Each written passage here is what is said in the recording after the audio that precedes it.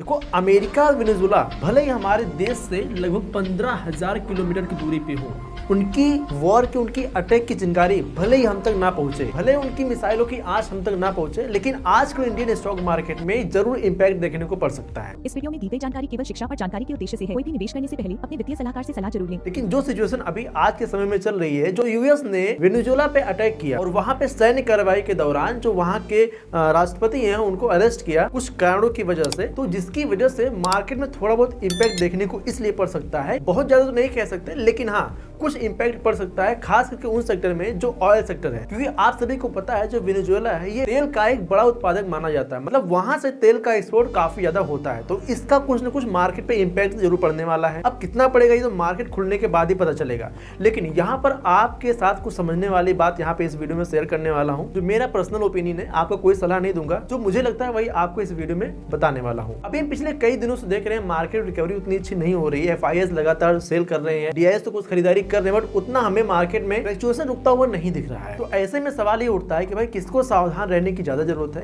किसको इन्वेस्टमेंट लगातार करना चाहिए, क्या क्या करना चाहिए और उनके पोर्टफोलियो को किस तरीके से बैलेंसिंग करनी चाहिए। अभी जो हम देख रहे हैं यहाँ पर मार्केट में काफी ज्यादा फ्लक्चुएशन बना हुआ है, और जिसकी मेन रीजन दोस्तों यहाँ पे क्या है, FIS की सेलिंग। ठीक है, FIS की लगातार सेलिंग हो रही है, और ये सेलिंग जब तक नहीं रुकती, इनकी सेलिंग बाइंग में नहीं बदलती, तब तक मार्केट में जो एक सर्टिनिटी आती है, मतलब कि यहाँ पे मार्केट थोड़ा सा फ्लक्चुएशन कम हो सके, ऐसा होना थोड़ा सा मुश्किल दिख रहा है। लेकिन DIS की बाइंग तो अच्छी है, बट उतना अकेले भी भरोसा करना थोड़ा सा मुश्किल हो जाता है। अब यहाँ पर आपको कुछ चीजें करना है, जैसे बहुत ज्यादा आपको घबराना नहीं है, और ना ही आपको बहुत ही यहाँ पे खुश होने की जरूरत है कि DIS खरीद रहे हैं। यहाँ पर मार्केट में बने रहना हमारे लिए ज्यादा उत्तम हो सकता है। दोस्तों, जब भी आप देखते होंगे कि मार्केट जब भी ऊपर नीचे होती है, यहाँ पर उन लोगों का ज्यादा नुकसान होता है जो अपना पेशेंस खोते हैं।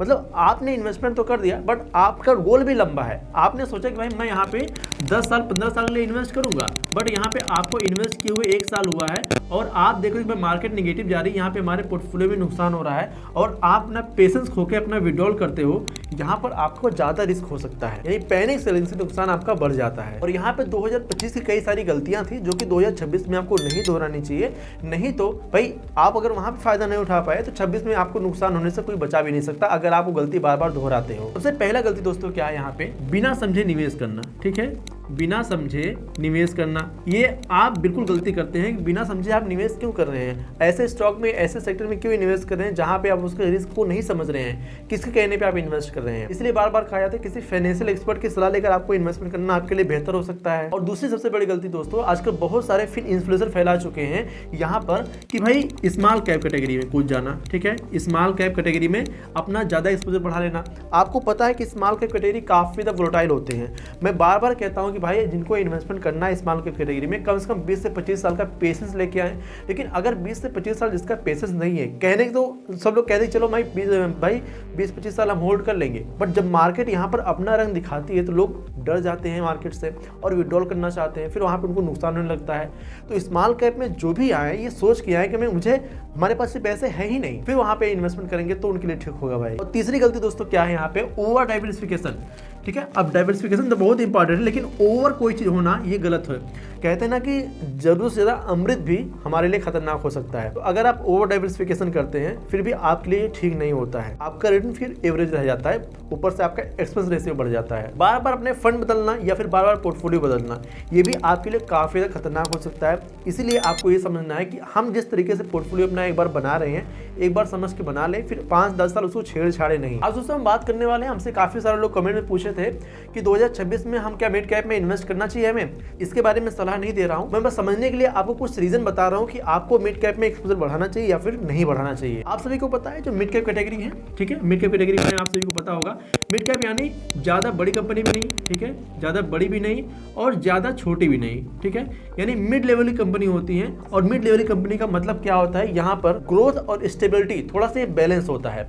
ना तो आपको बहुत ही हायर रिस्क यहाँ पे देखने को मिलता है और ना ही बहुत हाई रिटर्न, लगभग दोनों सेम होते हैं। यानी आप कह सकते हो कि स्मॉल कैप से कम यहाँ पे रिस्क देखने को मिलता है और लार्ज कैप से थोड़ा सा यहाँ पे ज्यादा रिटर्न में देखने को मिलता है अगर हम लॉन्ग टर्म में इन्वेस्ट करें अपना। यही पे स्मॉल कैप और मिड कैप में थोड़ा सा फर्क हम देख लेते हैं एग्जांपल के लिए। तो स्मॉल कैप में आप आपको रिस्क बहुत ही ज़्यादा देखने को मिलता है।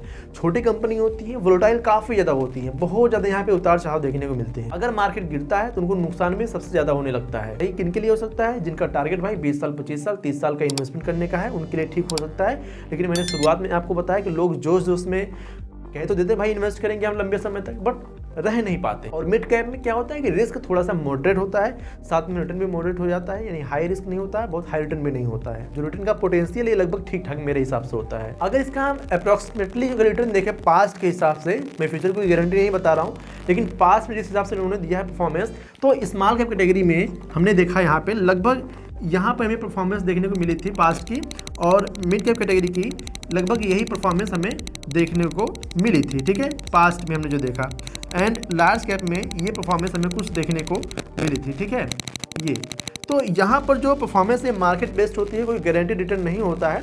तो कहने का मेरा मतलब क्या है, अगर आप लॉन्ग टर्म अपना पोर्टफोलियो बनाए रखते हैं, लंबे समय तक इन्वेस्टेड रखते हैं, तो मिड कैप ही थोड़ा सा ठीक हो सकता है। रिकमेंडेशन बिल्कुल भी नहीं है, जिस तरीके से मार्केट की सिचुएशन है उसी के हिसाब से यहाँ पर आपको हम समझाने का प्रयास कर रहे हैं। अच्छा, यहाँ पे जरा सा हम एग्जाम्पल अगर देखते हैं पास्ट रिटर्न के हिसाब से, कोई गारंटी नहीं है, ना तो मैं आपको यहाँ सलाह दे रहा हूँ, जस्ट एग्जाम्पल के लिए इलस्ट्रेशन ओनली है। अगर हम एग्जाम्पल के लिए देखें, एग्जाम्पल के लिए अगर हम देखें SBI के फंड को, तो यहाँ पे मिड कैप कैटेगरी में स्मॉल कैप जो है यहाँ पर लगभग एक साल में, पिछले एक साल में लगभग ये रिटर्न दिया है, एंड लॉन्ग टर्म में ये रिटर्न दिया है। ठीक है, एंड SBI का मिड कैप है जो पिछले 1 साल में ये दिया है, और लॉन्ग टर्म में आपको यहाँ पे ये देखने को मिल रहा है। लार्ज कैप देखते हैं तो यहाँ पे ये है, और स्टेबल परफॉर्मेंस आपको यहाँ पे देखने को मिल रही है।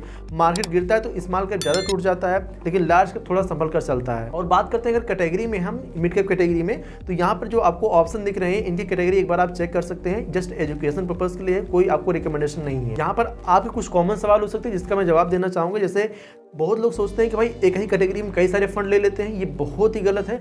आप एक कैटेगरी में एक फंड लेते हो फिर भी आपके लिए सही होता है, कोई जरूरी नहीं आपको कि आप 2-4 फंड 10 फंड रखो अपने पोर्टफोलियो में। एक कैटेगरी एक फंड रखते हो तो भी ठीक है। अगर आपका SIP अमाउंट छोटा है, कम है, 2000, 1000, 2000, 5000 SIP कर रहे हो, तो आपको 20 फंड बांटने की क्या जरूरत है? आप 1-2 फंड में इन्वेस्ट करो, बेहतर फंड चुन के इन्वेस्ट करो, सबसे बेहतर है। अगर आपका लॉन्ग टर्म होराइजन है तो आप थोड़ा बहुत एक्सपोजर स्मॉल कैप में रख सकते हो, ठीक ठाक रहेगा। एक चीज आपको यहाँ पे ध्यान रखनी, जिस हिसाब से ये सिचुएशन चल रही है ना, अगर इस सिचुएशन के हिसाब से हम देखें तो कम्युनिटी में हमें कुछ ना कुछ एक्सपोजर रखना चाहिए।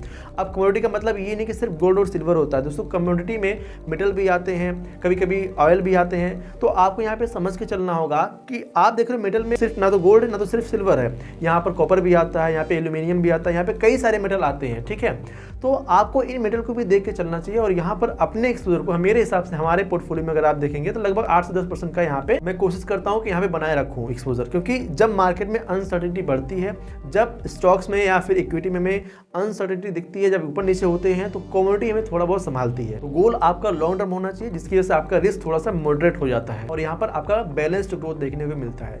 साथ में मैं ये कहना चाहता हूँ, जो लोग काफी नए होते हैं मार्केट में, ज्यादा रिस्क नहीं लेना चाहते, वो एक बार बैलेंस एडवांटेज फंड भी देख सकते हैं, क्योंकि वहां पर बहुत हाई रिस्क नहीं और बहुत हाई रिटर्न भी नहीं होता। तो मीडियम रिस्क और मीडियम रिटर्न जो लेके चलना चाहते हैं, एक बार बैलेंस फंड को भी देख सकते हैं। तो बड़ी गलती लोग करते हैं, 3-4 मिड कैप ले लेते हैं एक ही बार अपने पोर्टफोलियो में, जो काफी नुकसान दे देता है। बहुत बड़ा पोर्टफोलियो बना लेते थे, रिडम्पशन में परेशानी होने लगती है उनको, और फंड ओवरलैप करने लग जाते हैं। बेहतर क्या होता है दोस्तों, यहाँ पर कुछ जैसे आप एक स्मॉल कैप ले लो, एक मिड कैप ले लो, एक लार्ज कैप ले लो, एक फ्लेक्सी कैप, या फिर एक कम्युनिटी फंड, इस तरीके से अपने फंड को अगर आप डाइवर्सिफाई करते हो तो आपके लिए बेहतर हो सकता है। बहरहाल इसके लिए मैंने अलग से वीडियो बना रखा है, किस तरीके से अपने पोर्टफोलियो को डाइवर्सिफाई करें तो ज़्यादा अच्छा होता है। तो भाई अभी जो बाजार की सिचुएशन चल रही है, अभी मार्केट बहुत ज़्यादा यहाँ पे स्टेबल भी नहीं हुआ था, लेकिन ये फिर नया कारनामा चालू हो गया 2026 की शुरुआत होते ही, तो यहाँ पर काफ़ी सारे लोगों के मन में डर का माहौल बन चुका है।